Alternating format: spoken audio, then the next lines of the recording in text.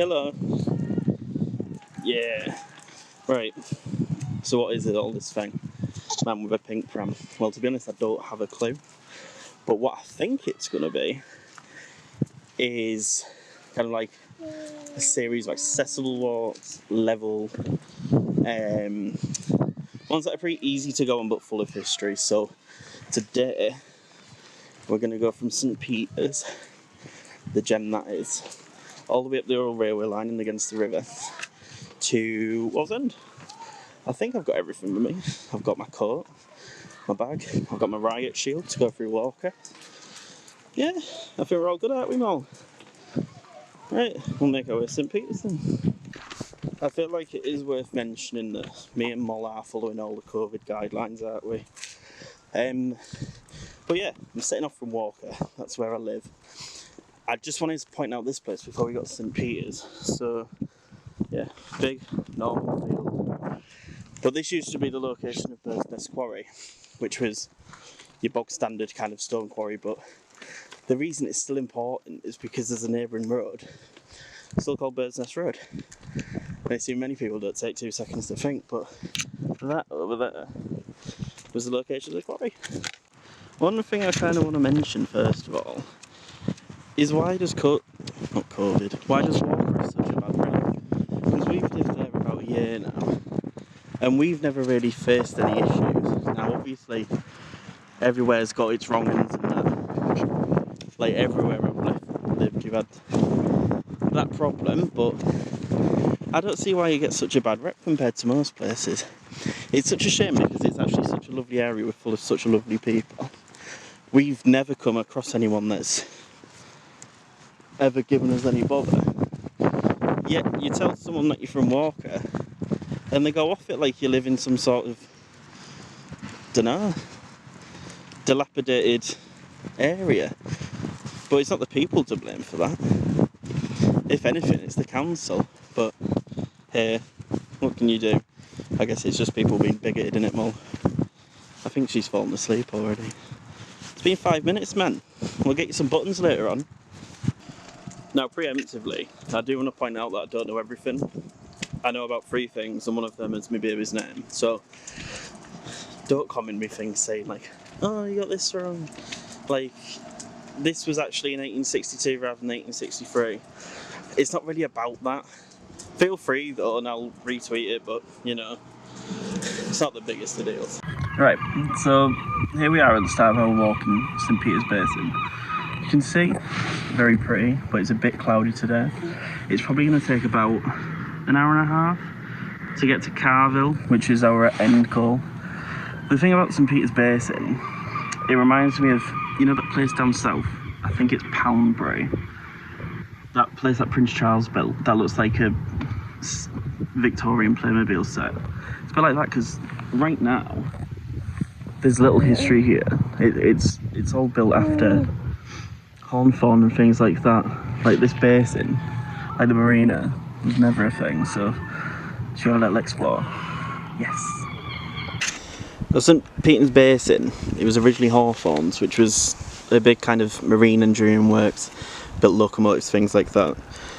Robert Hawthorne started in 1817 at the age of 21 with his brother William and a few other people. And obviously they started building machinery and engines and things for ships, but they divested into locomotives with obviously the growth of that.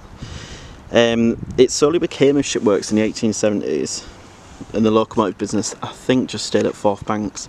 Eventually Stevenson took over that kind of portion of the business and ran it from there, but Hawthorne's was always at St. Peter's. They didn't actually build the ships down here as well. They just built the engines and the machinery and things like that, and they actually took it by boat over to Hebburn. Eventually I think they used floating cranes and things like that.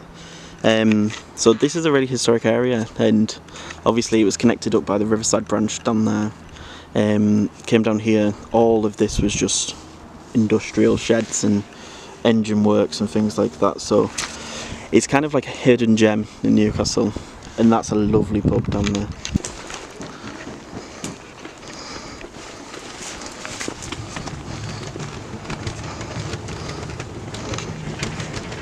As you can see, much of this ground is paved, so it's really good to walk on with like a pushchair or a bike or like a wheelchair or anything like that. It's more so when you get down there. I've only been down here once and it was a bit boggy, a bit of a pain, so we'll see how it goes. Now round here is really interesting. That's Friar's Goose over there. There used to be some ferry landings and I think there was staves and things like that. But there's also something called Hog's Island. I've never understood what it is. I've been tracking it for ages, but no one seems to have an answer. My guess is that it's kind of like an outcrop of rocks hanging out at the time, and it maybe got dredged in the Victorian times or something like that. But yeah, it might have been a little community as well, because I mean, right up there was like Bird's Nest, Pity Me, places like that. But it's just an absolute mystery to me. And it has just started to chuck it down. So Molly's in a rain cover. This is the riot shield that I was talking about before. But yeah, absolutely miserable. Said in the weather forecast it was going to be alright today, so let's hope for the best.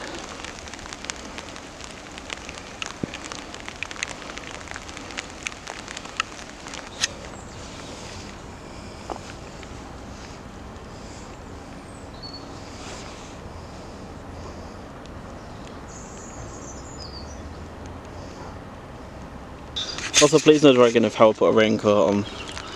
I think they're supposed to go above the hood. She's dry though. You alright, Mel? I think she's actually fallen asleep. And I was going to give her some buttons or some Milky Stars or whatever they're called when we get to Asda, but she'll have them for dinner. Up there is a viaduct for the old Riverside Railway. I've never noticed that one. I know there's one further down for St Lawrence, but yeah, how cool. Yeah, when I mentioned boggy bits before, that's what I meant. So if you're coming in with a wheelchair or a pram, keep an eye out. One thing I love about going on these walks is, obviously because I'm quite a young dad, it's quite daunting because most people my age don't have kids. But seeing other dads my age taking a kid on a walk by themselves is really, really uplifting and quite empowering, to be honest. Especially with my bloody pink wheelchair, but not wheelchair, pushchair. But yeah, it's lovely, and people that drag young dads and young mums and that really should take a look at themselves, because honestly, it's a job, like, but it's the best job in the world. And she is the apple of my eye. I love taking her on walks like this. I mean, she falls asleep straight away, but I absolutely love it. But giving her a bit of fresh air and, you know, getting out and doing like a little project like this it's really lovely. Again, a similar issue with bogginess. At least I'm giving her wheels a clean. One industry that remains on the Tyne, believe it or not, is this. It's Axo Nobel. I think they're a paint factory. But one interesting thing about the site is just there. It's over the river just next to it. Now if I try and zoom in, you probably won't be able to see, but there's loads of all the old foundations and obviously landings and things like that for the ships. It's not very obvious, but it's really interesting how much has actually remained over the years. So just at the bottom of Walker now, someone's had a fire, because I can still smell it. It smells bloody horrible. But down there, just where that little outcrop of rocks is from the pier, the quayside, that used to be where the ferry is. It was St Anthony's to Hewershaw, I think. That used to obviously go over to that side.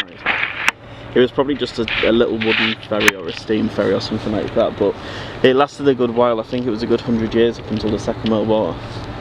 There was probably just workers up there that used to commute over.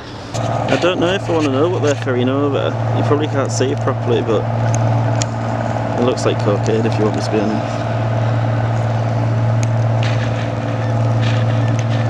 So we're still in the same location. I feel like I've been here about an hour now. Oh. Yeah, we're still in the same location. Up there was St Anthony's Lead Works. Massive complex. I think it was where St Anthony's Colliery was. That all had to be decontaminated in 2012, 2013 because of heavy metals. It was all closed and all the kids couldn't come up, so yeah, crazy how the past still lives on through the soil. Oh, I should tweet that one, shouldn't I? You can probably tell I'm from Yorkshire. I'm not from up here originally, but I'm always struck up here by how kind everyone is. Even middle-aged blokes and just people going about their daily lives always make sure to say good morning to you. It's quite similar in Yorkshire, but I found if you go many other places, it's a bit frosty, innit? So I love it up here. One thing about, I've never walked down this bit, but I've just noticed how much actually remains. So obviously that bit's fell through where that bloke's standing, but there's like stone and brick foundations all the way up, and it's so interesting. Obviously they couldn't be bothered to get rid of the walls at the edge of the river, could they? But it's really interesting. I don't think she's found me interesting. I think she's fallen asleep at the sound of my voice. So that's the path I was talking about. It is still relatively steep, so if you've got someone helping you, I recommend them just giving you a push up, or obviously if you've got a push chair, just take your time as well, but it's not too bad, just be wary of it. Now just going up Pottery Bank, I assume it's Pottery Bank because it was Potters at one point or whatever, but we're just deviating onto the railway now. I just wanted to show you a bit of the river. Well, there's that sign there, that's the old railway line. Again, it is quite steep coming up here on the banks at time, but it's doable. You can tell I'm out of breath, but that's because I'm unfit, so I'm doing all this.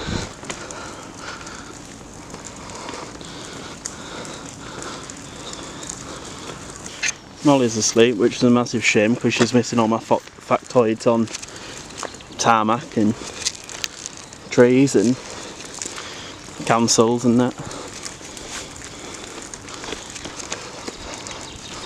I've said this before, but this railway would come into really good use because obviously living in Walker, I feel like it's slightly deprived compared to a lot of places in North Tyneside. Imagine a station at Walker, St Peter's, Biker, going up to Percy Main. It'd be so handy. Obviously, I don't think passenger numbers would make up for the cost of running it, but the amount it would do to uplift and develop this place would go far. I've still not found anything though. Obviously this is quite a big patch of land, so I wonder if this was some industry as well, because normally you have all the sidings next to the main track, which was obviously this bit. What I'd do to be Molly right now, with pitter-patter on rain cover, and oh, it'd be lush, wouldn't it? I do apologise about the camera quality. We've had to put it away because it's raining that much, but this was Bill Key Brickworks, or Bill Point Brickworks, whichever. There's not much info on it, but I just wanted to kind of note it because Tyneside was lined with brickworks. So obviously the amount of industry that constantly needed the chimneys and the kilns and all the sheds and things like that just went on forever. And then right down there is obviously the river where they built all the ships and everything like that. Right, forget the Eiffel Tower, forget the pyramids of Giza, forget Big Ben or whatever. What about that?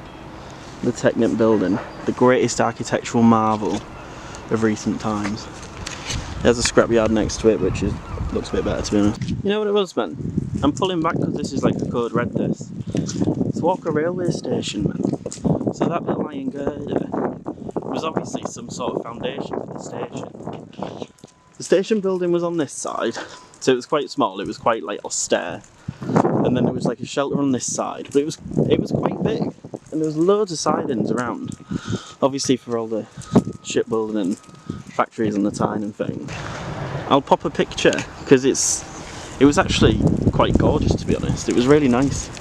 As I said before, it's such a shame that Walker doesn't have a station when you get places really small, probably on the northwest end of Newcastle that have a metro station, and this doesn't. But yeah, Walker Railway Station.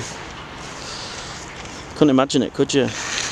The track and station buildings remained into the 80s, and I have a sneaky suspicion, sorry cyclists going past, I have a sneaky suspicion that iron girder was actually one of the foundations or something like that for the for the subway, because obviously there wasn't a bridge.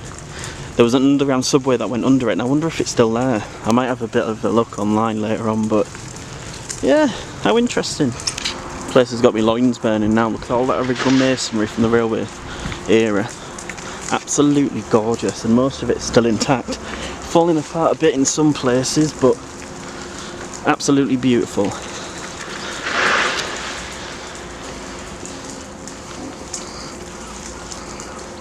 It's such a shame looking out to these old warehouses. Obviously that was one as well, because it's just disused land, but obviously that's been there a good few years, hasn't it? Broken windows. Such a shame.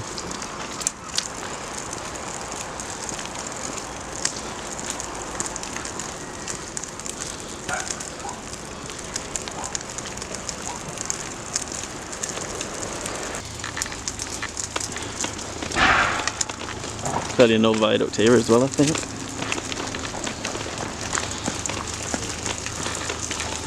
It's been filled in.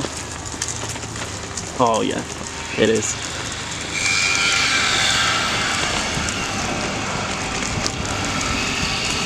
And another one of those little girder things. It's definitely railway related, but I'm sure someone will be able to give an answer. The track bed is up there. We've obviously come down so we can meet road level. I wonder if there's going to be another viaduct. We'll see. How could I ever doubt myself? Look at that, man. The Welbeck Road is just up there.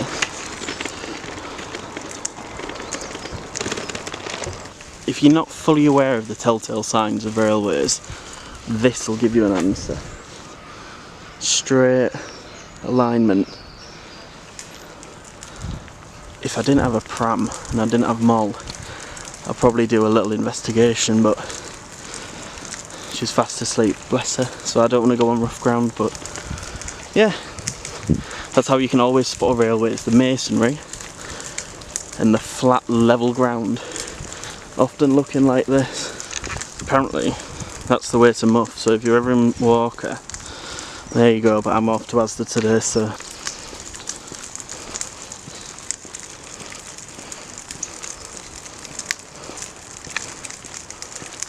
right, these aren't sleepers because they're a bit thick, but they still have bolt holes. Look there.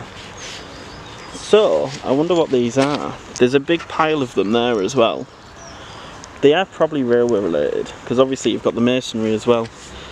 This has been filled over, and there's some there too. So maybe the sleeper's flipped on the side or something like that, I'm not sure.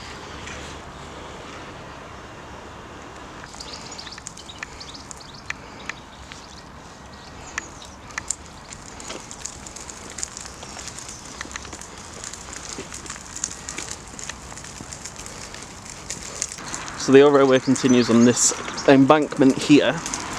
So word of warning, if you're doing this walk, it's quite steep in between them. Again, it's another viaduct, so this is an ongoing issue, but hopefully it's not too steep for you. But yeah, another embankment, and I can see the viaduct down there already, so hopefully that'll be quite nice. That side is original.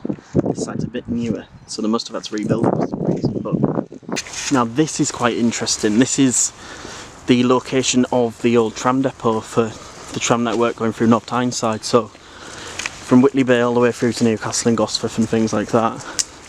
Obviously there's no more of it now, but right over the embankment, just over there, is the Thermal Syndicate power station, which was I think it was the world's first power station, or the power station that first supplied power or things like that. But it's a really historic place, and I would say it's very understated. It's a shame there's no kind of remnant and it's just been left like this, but you can't win everything, can you? Spot the difference between the original masonry and the original bridge and the extension. Look at that, split down the middle. They needed to add another lane to this bridge, or they replaced it entirely, because look, it's been cut off, so I suspect it wasn't exactly strong, so they had to rebuild it. Now I'll attach it onto the video. I'm at Swan Hunters, up there's Segadoon, and we can probably see the baths and things. This is the location of a really famous shop. which I will, like I say, attach. But right there, I think there's a wall going up, and I'm 99% sure this is the same location. This is the dock where you see all those famous pictures. So obviously SO Northumbria. This used to be a load of terraces where Segadunum is. They knocked them all down, did some excavations and popped the museum on top of it. But it's good to know that it's still there. It would be lovely to see all this redeveloped, because if we carry on, you'll see how dilapidated this site is. It's a bit atrocious really, considering this is a big cornerstone of Wallsend history, but yeah, many a famous picture been taken here. Keep going as well. There's a bit of Hadrian's Wall on the floor. I don't know how reliable that is and if it is actually original stone from Hadrian's Wall, but they've definitely recreated it, if at least.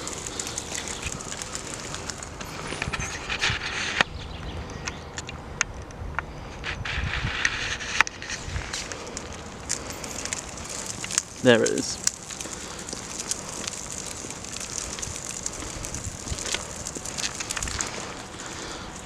And like I said, I don't know how real that is, but that bit is definitely. And that's the beginning of Hadrian's Wall.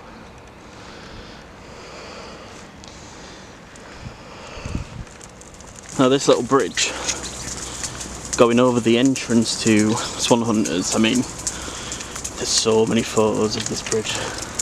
That's the entrance down there. And then that famous hill with the shot of the workers is that. This is Carville Station Yard. So obviously, as I say, very flat. The sidings used to go in here. This was the main track, and obviously the station's just a bit down there. But this used to be the yard for all the factories down there and things like that. If you can see the buildings, they were the original station buildings and the station master's house and things like that. There'll still be some sort of paraphernalia or whatever, some in there. And this was the location of the station, so there was a small level crossing, obviously, to go down to the river, where the SO is. That was the location of the railway station, but even more interesting, that building right there, with the window frames and things like that, that's the base of the signal box. Obviously, the top bit isn't there anymore, but the brick structure was the foundations of it. And that's probably the most complete you're going to get of Carville Station nowadays.